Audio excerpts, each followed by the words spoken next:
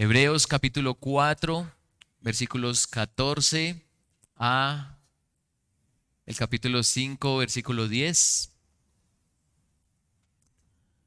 Ese será el texto que vamos a estudiar en esta hora. Y antes de hacer la lectura, vamos a orar, vamos a pedirle a nuestro Señor que nos disponga para esta exposición. Pero también quiero orar por algo especial, y es que nuestro pastor Miguel Ángel está cumpliendo años. Entonces, espero que esos aplausos signifiquen que esto es una antesala a todos los regalos que te van a dar, pastor, el día de hoy, ¿cierto? Entonces, bien. Oremos, mis hermanos. Padre Celestial, alabamos tu nombre y te damos gracias por reunirnos hoy como tu pueblo. Gracias por la bendición de congregarnos juntos, oh Dios, en torno a celebrar la muerte y la resurrección de aquel que es nuestro Señor, nuestro Salvador. Gracias por tu Hijo Jesucristo, y gracias, Padre, porque es en Él que nos concedes regalos, dones maravillosos para tu iglesia, como lo dice el apóstol Pablo, pastores entre nosotros para que nos puedan guiar a esos ricos y abundantes y deliciosos pastos que nos llevan a crecer en tu voluntad y en el conocimiento que necesitamos de ti. Alabamos tu nombre y gracias por nuestro pastor Miguel Ángel. Gracias por su vida, oh Dios, y nos gozamos en que Él esté con nosotros, pastoreándonos, suplicando, Señor, que lo sigas fortaleciendo como hombre, como esposo, como padre, y que sigamos gustando de su servicio a nosotros. Gracias, Padre, porque de Él hemos aprendido muchas cosas, y ciertamente tú lo seguirás usando para que sigamos siendo pastoreados. Bendícelo, Padre, y nos regocijamos en que tú levantes hombres pecadores, indignos, para que podamos poner los ojos en nuestro gran y sumo pastor, que es nuestro Señor Jesucristo. Gracias por la vida de nuestro pastor Miguel Ángel, y gracias por regocijarnos en torno a un año más de vida. Padre,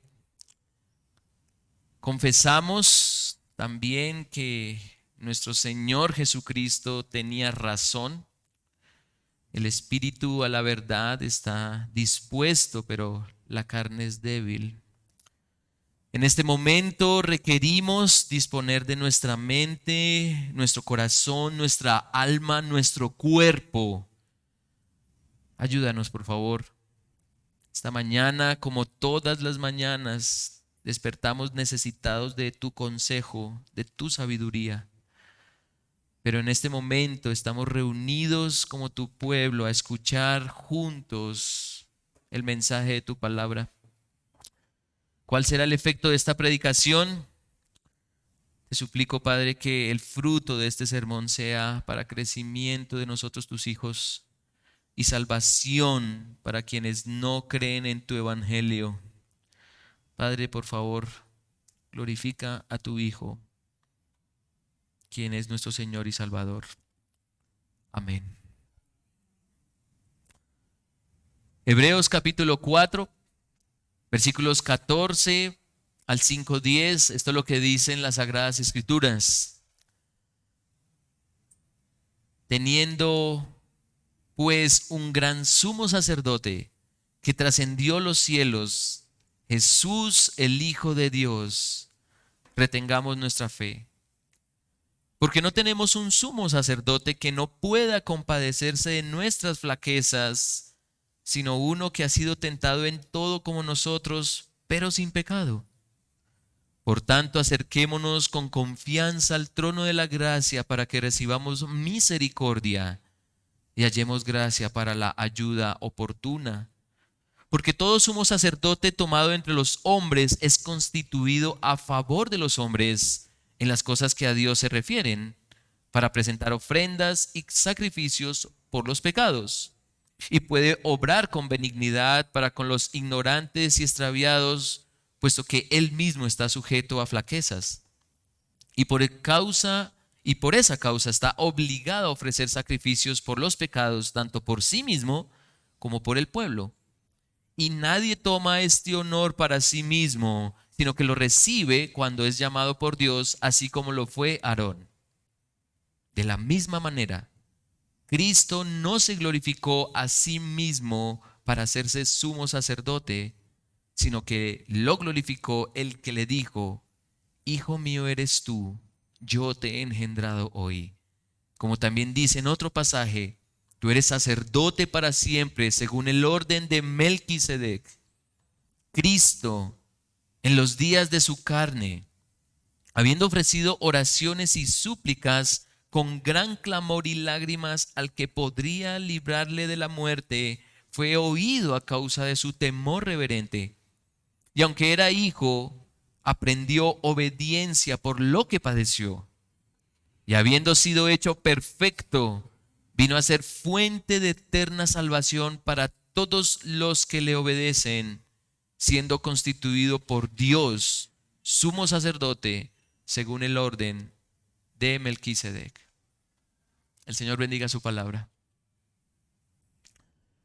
Pregunta: ¿quiénes se sienten en confianza hoy aquí?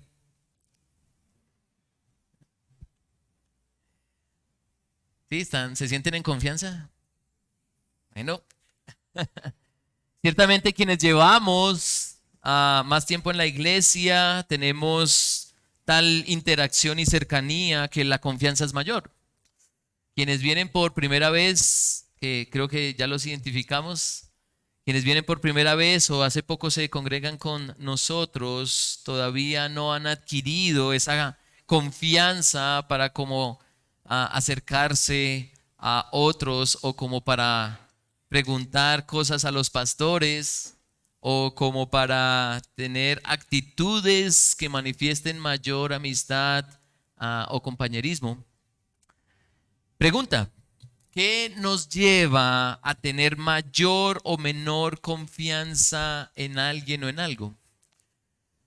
¿Qué nos lleva a tener mayor o menor confianza en alguien o en algo?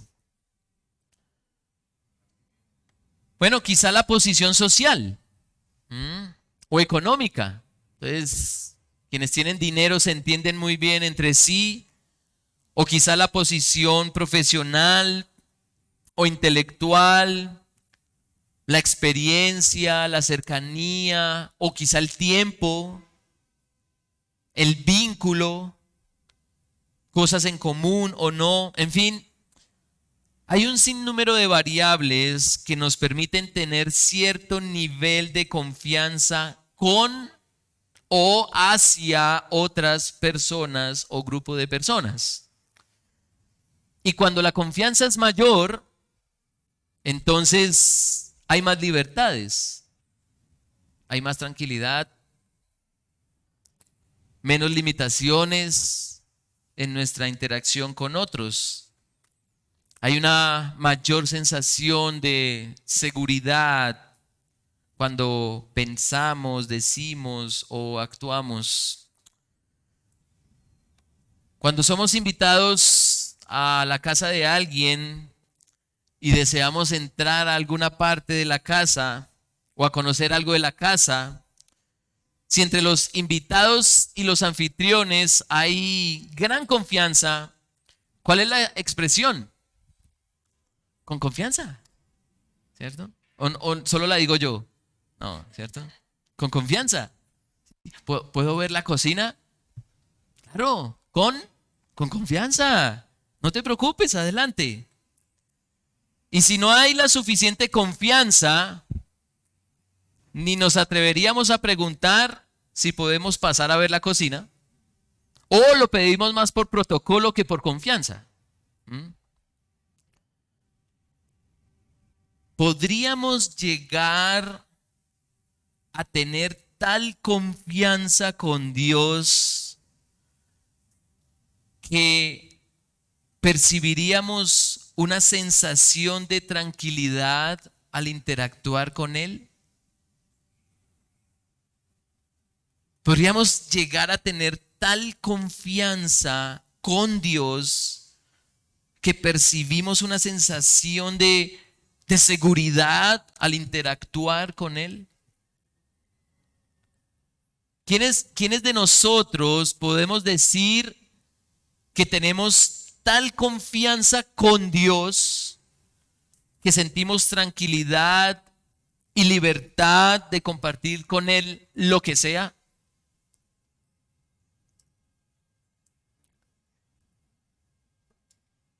¿Podría llegar a tener tal confianza con Dios como lo tengo con un ser amado? Y aquí tengo que hacer una claridad. Mucha atención a lo que voy a decir, porque la expresión no es confianza en Dios, no. No es confianza en Dios, sino confianza con Dios. Son dos cosas distintas. Son dos cosas distintas. Estoy seguro que la gran mayoría de los que están aquí pueden decir que confían en Dios. Amén. Amén. ¿Por qué? Porque Él es el creador, Él es fiel a sus promesas, es poderoso para salvar, cuida, protege en abundancia a su pueblo, tiene misericordia una y otra vez de nosotros, y la lista puede continuar. De alguna manera los creyentes confiamos en Dios, pero ¿pueden los creyentes tener confianza con Dios? ¿Pueden tener los creyentes confianza con Dios? Y la respuesta de este texto es sí. Sí, es posible tener confianza con Dios porque el mismo Dios ha provisto el medio para que tengamos tal intimidad con Él, tal cercanía, tal vínculo. Y deseo unir este texto, hermanos, con el mensaje del sermón anterior para que reflexionemos en lo siguiente. Y este es el mensaje para nosotros. Mientras llegamos al reposo, acerquémonos con confianza a Dios. Mientras llegamos al reposo, acerquémonos con confianza a Dios. Y quiero mostrarles por este texto por qué. ¿Por qué podemos acercarnos con confianza a Dios mientras llegamos al reposo? Pero también el para qué acercarnos con confianza a Dios mientras llegamos al reposo. Y de esa manera vamos a abordar el texto. Y de hecho el autor naturalmente nos lleva a pensar en el por qué podemos acercarnos con confianza a Dios, pero también para qué. ¿Para qué acercarnos con confianza a Dios mientras llegamos a la meta, mientras llegamos al reposo que Él ha prometido, como lo vimos en el capítulo 3 y 4? Hay razones, 1, e implicaciones, 2, por considerar en cuanto a acercarnos con confianza a Dios. Entonces miremos la razón. Miremos la razón. ¿Por qué? ¿Por qué podemos acercarnos con confianza a Dios mientras llegamos al reposo? Mientras llegamos a la meta final, mientras llegamos a esa eternidad que Él nos prometió. ¿Por qué podemos acercarnos con confianza a Dios? Hermanos, prepárense para esta ilustración, porque esta ilustración puede ser un poco graciosa, pero vergonzosa. En ocasiones, mi sistema digestivo me juega una mala pasada. Espero que no sea el único. Pero al final del tracto intestinal sale algo no muy deseado, ¿cierto? Una flatulencia. Y una persona respetuosamente puede expresar preocupación y preguntar, ¿te sientes bien? ¿Sí?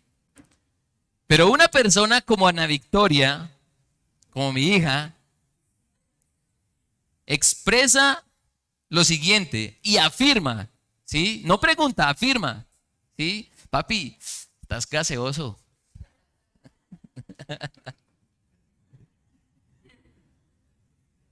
Y lo interesante es que ella con otras personas no dice eso. Ella no dice eso. Pero ¿por qué conmigo sí lo dice? Bueno, porque es hija. Me conoce, tiene la confianza y puede expresarse con libertad, ¿cierto? Escuetamente. El simple hecho de ser hija deja un precedente de confianza. La expresión hija, ¿cierto? Describe un vínculo, un vínculo. Y es una de las expresiones que más se repite en Hebreos, la expresión hijo. Y lo hemos visto desde el capítulo 1, la expresión hijo. De eso se trata Hebreos.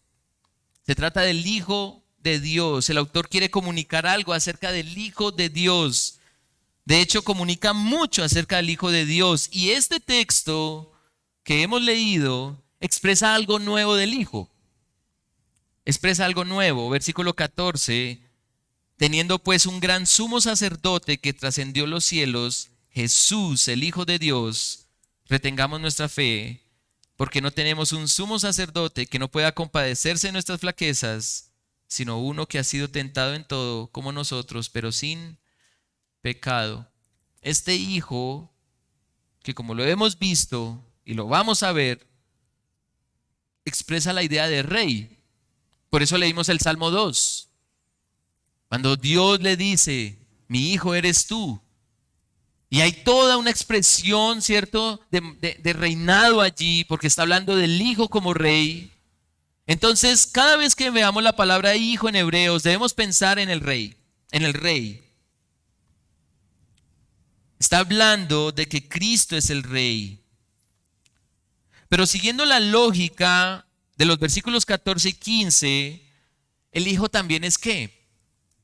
Sumo sacerdote.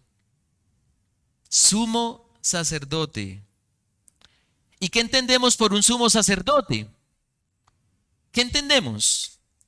Si nosotros vamos al Antiguo Testamento, todo desde Génesis, Éxodo, Levítico, Números, Deuteronomio y lo que sigue de ahí en adelante, vamos a ver una explicación bastante amplia de lo que significa ese oficio, de lo que es un sacerdote, un sumo sacerdote, lo que hace un sumo sacerdote. Pero aquí el autor de Hebreos hace un esfuerzo de resumir eso. ¿Qué es lo que hace un sumo sacerdote? ¿Qué es un sumo sacerdote? Capítulo 5, versículo 1. Porque todo sumo sacerdote tomado entre los hombres es constituido a favor de los hombres en las cosas que a Dios se refiere. ¿Para qué? Para presentar ofrendas y sacrificios por los pecados. Y puede obrar con benignidad para con los ignorantes y extraviados, puesto que él mismo está sujeto a flaquezas. Y por esa causa está obligado a ofrecer sacrificios por los pecados, tanto por sí mismo como por los del pueblo. Y nadie toma este honor, dice el versículo 4, para sí mismo, sino que lo recibe cuando es llamado por Dios, así como lo fue Aarón. Dios llama a hombres pecadores, qué interesante, Dios llama a hombres pecadores para que sirvan como mediadores entre él y el resto de pecadores. Como Dios es santo y no tolera el pecado, se requiere un sacrificio que cubra el pecado. Dios no se olvida del pecado porque sí. Él no se olvida del pecado porque sí. Se requiere un sacrificio para que el pecado no esté ante los ojos de Dios. Si Dios ve el pecado, lo destruye. Si Dios ve al pecador, también lo destruye. Entonces, ¿qué se requiere? ¿Qué se requiere? Hombres bajo la misma naturaleza pecaminosa que ofrezcan sacrificios tanto por ellos como por el resto de pecadores. ¿Para qué? Para que Dios no los destruya. No los destruya. Y lo interesante es que es el mismo Dios quien instituye a esos mediadores. Ellos mismos no levantan la mano diciendo yo quiero ser sumo sacerdote. No. es Dios. Por eso dice el versículo 1, porque todo sumo sacerdote tomado entre los hombres es constituido a favor de los hombres en las cosas que a Dios se refiere. Y luego dice el versículo 4, nadie toma este honor para sí mismo, sino que lo recibe cuando es ¿qué? Llamado por Dios. Llamado por Dios. Es Dios quien tiene la iniciativa, no el hombre. Es Dios quien tiene la iniciativa de proporcionar los medios por el que los hombres pueden ver cubiertos sus pecados. Es el mismo Dios quien proporciona los medios para que el hombre pueda tener confianza con Él. Y esto claramente sucedió con Israel a través de la ley de Moisés. Pero, ¿qué sucede luego? ¿Qué sucede luego según el autor de Hebreos? Dice el versículo 5, de la misma manera Cristo. De la misma manera Cristo no se glorificó a sí mismo para hacerse sumo sacerdote, sino que lo glorificó el que le dijo, hijo mío eres tú, yo te he engendrado hoy. Como también dice en otro pasaje, tú eres sacerdote para siempre según el orden de Melquisedec. Y luego dice el versículo 10, siendo constituido por Dios sumo sacerdote según el orden de Melquisedec. El Señor Jesucristo tampoco se propone mediador por sí mismo. Él no levantó la mano y dijo, yo voy a ser mediador de los hombres. No. Sino que es constituido por ¿quién? Por Dios. Sumo sacerdote. Ahora el Hijo no solo es rey, sino también sumo sacerdote. Entonces, respondamos las preguntas, mis hermanos. ¿Por qué? ¿Por qué podemos acercarnos con confianza a Dios mientras llegamos al reposo? ¿Por qué? Bueno, mucha atención a esto. Hasta aquí podríamos decir que podemos acercarnos con confianza a Dios mientras llegamos al reposo porque Cristo es sumo sacerdote. Porque Cristo es sumo sacerdote. Así como es nuestro rey, también es nuestro sumo sacerdote. Pero la razón quedaría incompleta. Ok, sí, podemos entrar y tener confianza con Dios porque Cristo es sumo sacerdote. Ok. Y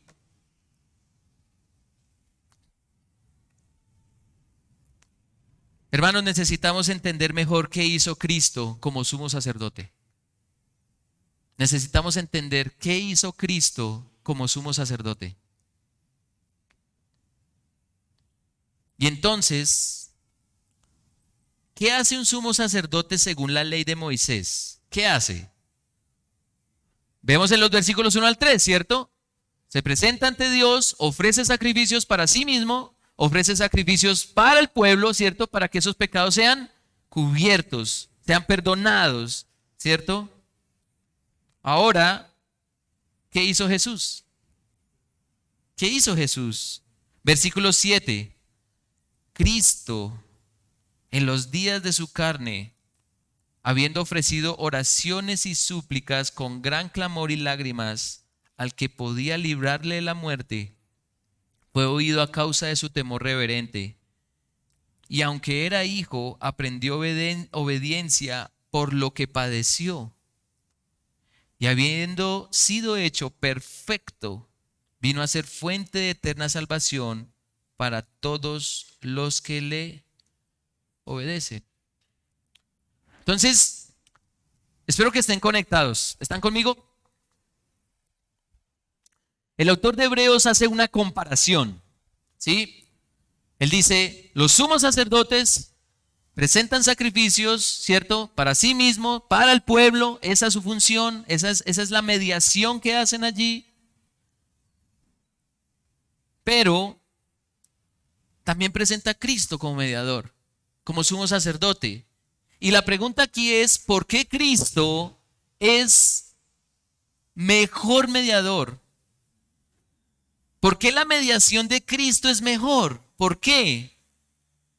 Porque Él mismo fue ¿qué? El sacrificio. Él mismo fue el sacrificio.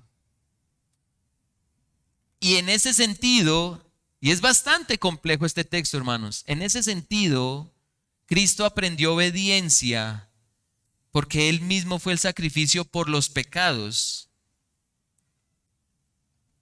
Y voy a tratar de explicar cada vez esto mejor. Jesús siempre obedeció al Padre en todo, ¿cierto? Como lo veíamos en la escuela dominical, agradó al Padre en todo, en todo. Pero aprendió obediencia en el sentido de que la desobediencia del hombre lo llevó a la cruz. Jesús no murió porque fuera desobediente, sino porque el hombre fue desobediente. En ese sentido es que el Hijo de Dios comprendió la obediencia. En su humanidad requería experimentar lo que es obedecer y las implicaciones de ello. Pero también Cristo es un mejor mediador porque su gran clamor fue oído, siendo hecho por el Padre el perfecto sacrificio por los pecados y luego resucitar para continuar siendo el único mediador, como dice el versículo 7. Cristo en los días de su carne, habiendo ofrecido oraciones y súplicas con gran clamor y lágrimas al que podría librarle la muerte, fue oído a causa de su temor reverente. Y claramente al leer este texto, al leer este versículo, es inevitable la pregunta: ¿cómo que Cristo fue oído para ser librado de la muerte si finalmente fue crucificado? Si finalmente fue crucificado.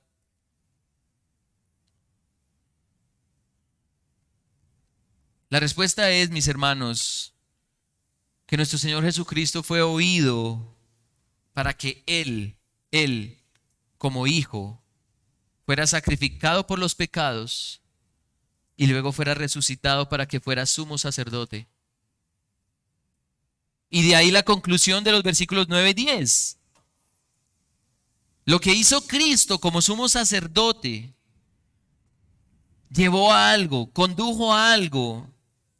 Versículo 9, y habiendo sido hecho perfecto, vino a ser fuente de eterna salvación para todos los que le obedecen, siendo constituido por Dios sumo sacerdote, según el orden de Melquisedec. Podemos acercarnos con confianza a Dios mientras llegamos al reposo, porque Jesús, como sumo sacerdote, intercedió dando su propia vida como sacrificio perfecto por nuestros pecados, pero resucitó para que todo el que crea en Él no necesite más sacrificio que Cristo. Entonces, hermanos, la lógica del autor de Hebreos es esta: Cristo es sumo sacerdote porque Él fue el sacrificio y califica como sumo sacerdote por su agonía y clamor ante Dios por el pecado del mundo. Este sumo sacerdote llamado Jesús, y aquí está lo interesante, este sumo sacerdote no se valió de manifestaciones sobrenaturales para escapar de la muerte, sino que quiso identificarse con su pueblo, con sus debilidades, sus fragilidades, sus angustias, sus padecimientos. Dice el doctor F.F. Bruce en un comentario que él tiene acerca de la epístola a los Hebreos. Él dice: aquel que no quiso recurrir a medios milagrosos para satisfacer su hambre en el desierto, se negó a convocar a las huestes angelicales para que lo rescataran de sus enemigos. Él reconoció el camino de la voluntad de su Padre y lo siguió hasta el fin. Allí radica su temor reverente, su obediencia. ¿Por qué, hermanos? ¿Por qué podemos acercarnos con confianza a Dios mientras llegamos al final? ¿Por qué? Porque Cristo se asoció tan íntimamente con nosotros, los pecadores, para morir como si fuera uno. Eso es lo que dice el autor de Hebreos. Él no pecó, pero se identificó con nuestro pecado para morir como si fuera uno de nosotros. Su sumo sacerdocio radica en la perfecta mediación que puede hacer alguien que se identifica con el pecado sin llegar a pecar. Es decir, Cristo tiene que ver con el pecado no porque él haya pecado, sino porque como nosotros pecamos, él tuvo que morir y sufrir. Hermanos, mientras llegamos al reposo, acerquémonos con confianza a Dios, porque, como dice el versículo 15 del capítulo 4, porque no tenemos un sumo sacerdote que no pueda compadecerse de nuestras flaquezas, sino uno que ha sido tentado en todo como nosotros, pero sin pecado. Pero sin pecado. Todo lo que expone el texto, todo lo que acabamos de ver, es una implicación del sumo sacerdocio de Cristo. Su mediación es perfecta y es perfecta porque sabe lo que nosotros padecemos. Cristo sabe lo que nosotros sufrimos. Él conoce nuestras flaquezas. Él sabe por qué sufrimos, sufriendo Él mismo, no por sus pecados, sino por nuestros pecados. Hermanos, yo sé que la lógica de este texto es extraña para nosotros, porque se supone, como lo dice el mismo autor antes, se supone que los sumos sacerdotes ofrecen sacrificios ¿por quiénes? Por ellos y por el pueblo. Pero si Cristo no pecó, ¿cómo va a ofrecer sacrificios por él mismo? ¿Cómo? Entonces lo que hace a Cristo glorioso, un glorioso sumo sacerdote constituido por Dios, es ofrecerse a sí mismo por los pecados de otros.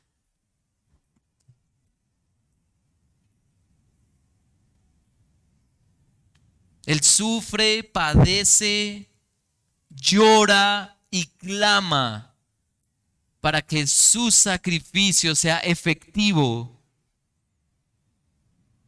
y cubra definitivamente todos los pecados.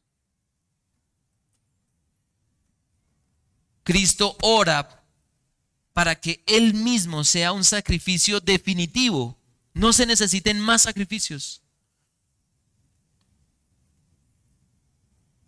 Para que sea un Salvador determinante para todos quienes reconozcan que necesitan su mediación.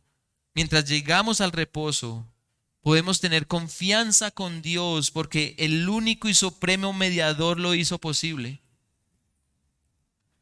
Ahora, hermanos, sean sinceros conmigo. Sé que esta explicación estuvo densa y desde el texto no es fácil entenderla. Pero permítanme aclarar esto que vemos en el texto con una ilustración que nos va a dar mayor comprensión. Si usted no entendió nada de lo que dije antes, póngale cuidado a esto. Bien. No sé si les ha llegado a pasar o si les llegó a pasar, o no sé si me pasa a mí o eso pasa en otro país, no sé, ¿cierto? Pero hay circunstancias que nos llevan a buscar mediadores. Hay circunstancias, hay situaciones que nos llevan a buscar mediadores. Por ejemplo, cuando a mí me daba pena pedir algo directamente a alguien, lo pedía por medio de ¿quién? De un intercesor, ¿cierto? Y lo pedía por medio de ese intercesor, porque ese intercesor tenía más confianza con la persona a la que yo le quería pedir algo. Entonces, oye, ¿podrías decirle a tu amigo que si me presta su lápiz? Es que me da pena. ¿Sí? Por favor. O puede ser, ¿cierto? Esa búsqueda de mediación por temor o por la falta de cercanía, que es lo que hemos estado hablando, ¿sí? Entonces, he escuchado esto muchas veces, hermanos. Elena, dile a mamá que si nos da un dulce.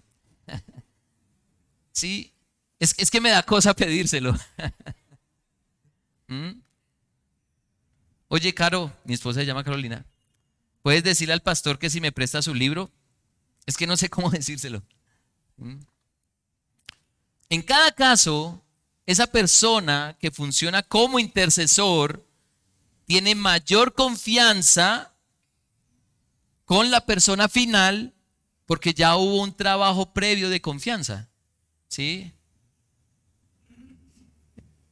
Hermanos, Cristo ya hizo todo para que tengamos acceso directo a Dios. Si le pidiéramos algo al Padre que nos deje, o mejor, voy a ponerlo en modo ilustración para que sigamos la idea. Si le pidiéramos al Padre que nos deje entrar a su casa, al Padre Celestial, al Dios Todopoderoso, que nos deje entrar a su casa, Él diría, claro que sí, con confianza. Al haber creído en mi Hijo, tienes acceso sin problema. Wow. Que Dios le dijera a uno con confianza.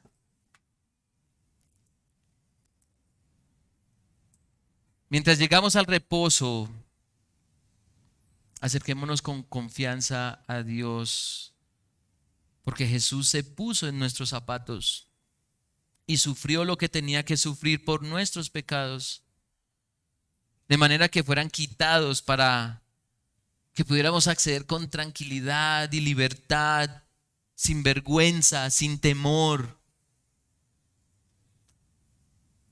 con toda libertad. Entonces claramente tenemos por el texto la razón de por qué podemos acercarnos confiadamente a Dios. La razón es clara. Pero, ¿para qué? ¿Para qué acercarnos? ¿Para qué acercarnos a Dios? No sé si ustedes se han hecho esta pregunta. Yo creo que sí. Si ustedes han leído las oraciones en los evangelios de nuestro Señor Jesucristo al Padre, tiene que haber una pregunta obligatoria en todos nosotros. ¿Por qué Jesús tuvo que orar al Padre? Si era Dios, ¿por qué tuvo que orar al Padre? ¿Por qué, como muestra este texto, por qué suplicarle con gran clamor y lágrimas si era el Hijo de Dios? El Hijo de Dios. ¿Por qué suplicarle con gran clamor si era hijo? Eso es lo que dice el texto, el versículo 7. ¿Por qué acercarse de tal manera al Padre si era el Rey?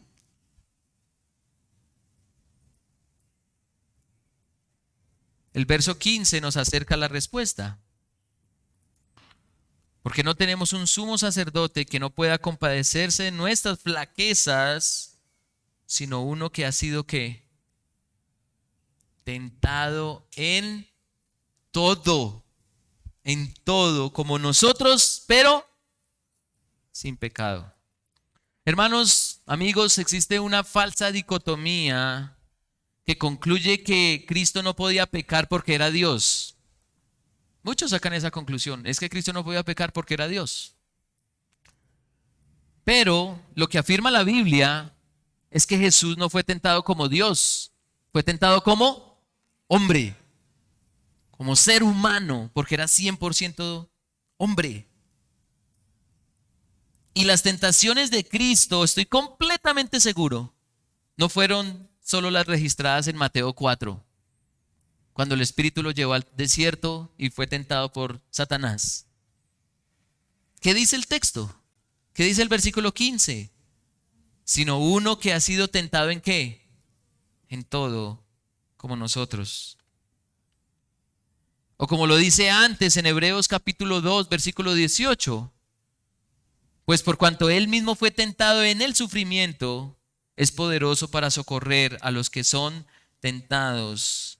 Hermanos, si el Hijo de Dios fue tentado durante 33 años, ¿saben por qué 33? Porque eso fue el tiempo que estuvo el Señor aquí en la tierra. Si el Señor Jesucristo fue tentado durante 33 años a abandonar el propósito de Dios de llegar a ser el Salvador de nosotros, ¿en dónde estamos nosotros? ¿En dónde quedamos nosotros? Todos los días nosotros somos tentados a abandonar la carrera hacia el reposo. Todos los días. El autor de Hebreos le dice a su audiencia original, versículo 14, teniendo pues un gran sumo sacerdote que trascendió los cielos, Jesús el Hijo de Dios, retengamos nuestra fe.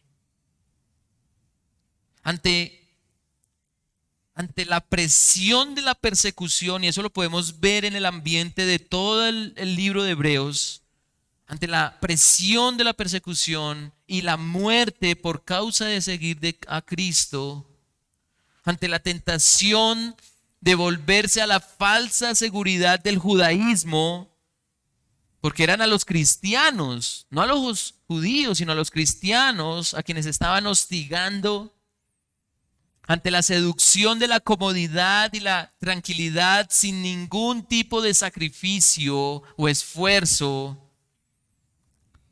La pregunta es, ¿será necesario acercarse con confianza a Dios?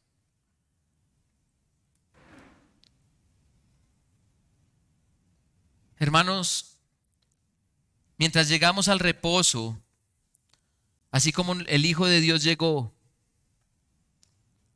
acerquémonos con confianza a Dios para que recibamos lo que tanto necesitamos todos los días para llegar a donde Jesús llegó.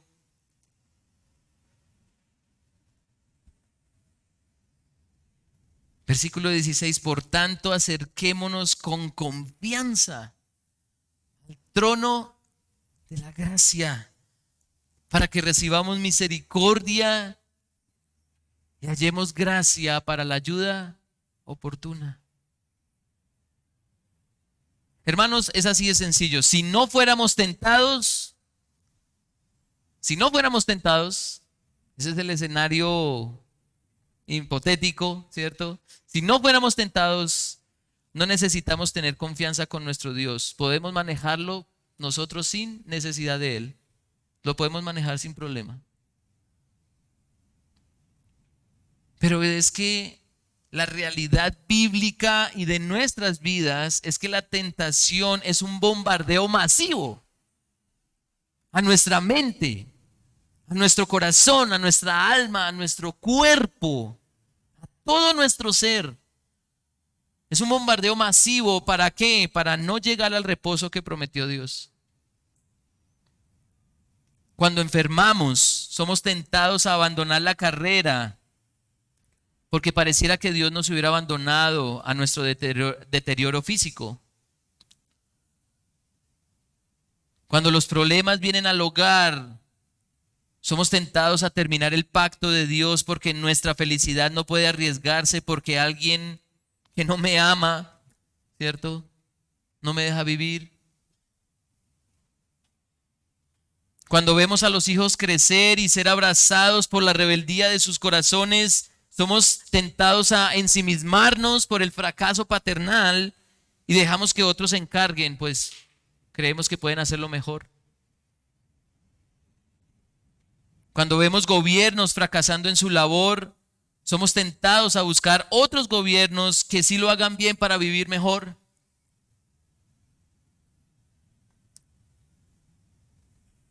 Cuando somos tentados, somos persuadidos a amar más nuestros intereses, nuestros proyectos, nuestros recursos, nuestros sueños, nuestras pasiones, porque este mundo es lo mejor que hay. Esa es la tentación, de que este mundo lo es todo, de que este mundo es lo mejor. Somos tentados a no sufrir, a no padecer por nada. Somos tentados a cambiar el mensaje de la Biblia para que la gente escuche: no te preocupes, Dios tiene un plan maravilloso para ti. Tranquilo, Dios va a solucionar todos tus problemas. Dios te va a sanar. Todo el tiempo la tentación está perturbando nuestra mirada en lo que no se puede ver con los ojos físicos. La tentación está a la orden del día, hermanos y amigos. La tentación está a la orden del culto dominical. Puedo ser tentado a que la logística del culto sea mejor que la predicación de la palabra de Dios. Puedo ser tentado a que servir en el culto supla la misión de hacer discípulos. Puedo ser tentado a que apenas termine el culto salga rápido de aquí porque tengo muchas cosas que hacer. La comunión no es tan importante. Pero como lo dice Hebreos 13, o mejor, lo vamos a ver más adelante, en el capítulo 10, congregarse no es venir a escuchar un sermón. Congregarse es que estimularnos al amor y a las buenas obras. Puedo ser tentado a abandonar la fe porque desde que soy cristiano ha venido más pesares que dichas. Pero mis hermanos, mientras llegamos al reposo, acerquémonos con confianza a Dios, porque se nos ha dado acceso por la obra del sumo sacerdote Jesús, de un trono cargado de abundante gracia, misericordia y ayuda oportuna. Las tentaciones pueden ser innumerables, pero se trata del trono de Dios, lleno de gracia, de piedad, de compasión, de auxilio. No, hermanos, no tengamos vergüenza de venir a Dios, porque Él dice con confianza: mi trono está lleno de gracia, lleno de fortaleza, lleno de socorro cuando desees. Cristo, como el perfecto mediador, nos dio acceso libre a Dios, a nuestro Creador, que está dispuesto a ayudarnos cuando lo necesitamos y nos va a ayudar para que lleguemos a su reposo. En su sola piedad nos ayuda y nos asiste con asuntos que competen a este mundo, pero el trono de gracia, esa ayuda oportuna, esa misericordia, están en función para que todos sus hijos lleguemos hasta el final. Lleguemos hasta el reposo que nos ha prometido. Si somos sus hijos, si somos hijos de Dios, no nos faltará la gracia, la misericordia y la ayuda oportuna, porque nuestro Dios quiere que lleguemos a su reposo, así como llegó su Hijo Jesucristo. Así que mientras llegamos al reposo, acerquémonos con confianza a Dios. Quiero concluir este mensaje con lo siguiente. Una de las formas que nuestro Señor se acercaba con confianza a Dios era a través de ¿qué? De hablar con Él, ¿cierto? ¿Cómo saben ustedes si tienen confianza con alguien? Hablando, ¿cierto? Hablando. No hay expresión de confianza, intimidad más clara y evidente de Cristo hacia Dios que referirse a Él como ¿qué?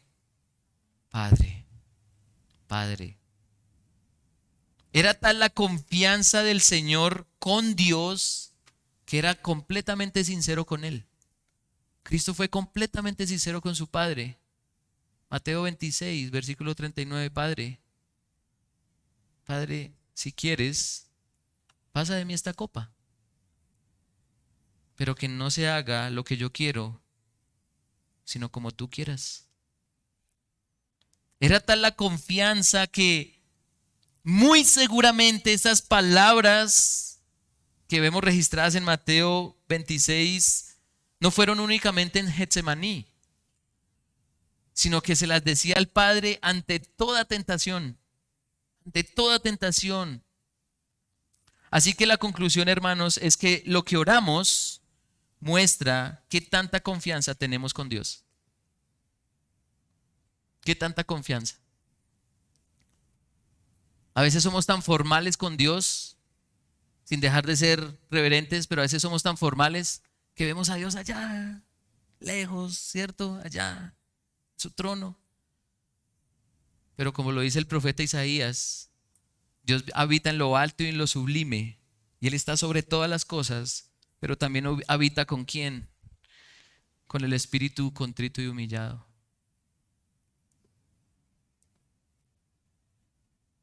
Lo que oramos muestra qué tanta confianza tenemos con Dios. Con qué frecuencia oramos, mostramos qué tanta confianza tenemos con nuestro Padre. La frecuencia en la que oramos muestra qué tanta confianza tenemos con nuestro Padre. Y si bien el enfoque del texto no es la oración es tan solo un ejercicio que revela nuestra confianza con Dios. Es tan solo un ejercicio. Pero la lectura de la palabra también muestra confianza. También es una muestra de confianza. No tanto porque confiemos en lo que dice la Biblia. ¿Confiamos en lo que dice la Biblia? Bueno, amén, ¿cierto? Sino porque es tal mi vínculo con Dios que dejo que Él hable lo que quiera. No lo que yo quiero, sino que lo que Él quiera. Y me diga lo que quiera. No lo que quiero, sino lo que Él quiera decirme. Cuando sea, donde sea. Dejo que revele por su palabra lo que soy, lo que necesito. Es ahí donde le decimos, Padre, con confianza. Con confianza. Revela mi corazón, muéstrame la realidad del liderazgo que estoy teniendo en mi hogar. Revela la realidad de mi paternidad. Pon en evidencia mi amor por el dinero. Deja ver mis prioridades. Padre, con confianza. Pero si tenemos confianza, también le decimos, Padre, ayúdame a ser el esposo que tú quieres que sea. Que día y noche le muestre a Cristo a mi esposa. Auxíliame para mostrar a mis hijos cuánto me has amado y enseñado para amarte más a ti que a cualquier cosa. Socórreme mostrándome cómo cumplir tu misión, la misión de hacer discípulos para tu gloria. Con confianza, Señor. Con confianza. Haz de mi vida lo que te plazca. He sido creado por ti y para ti, y deseo vivir eternamente para ello. Así que mis hermanos, mientras llegamos al reposo, acerquémonos con confianza a Dios. Acerquémonos con confianza.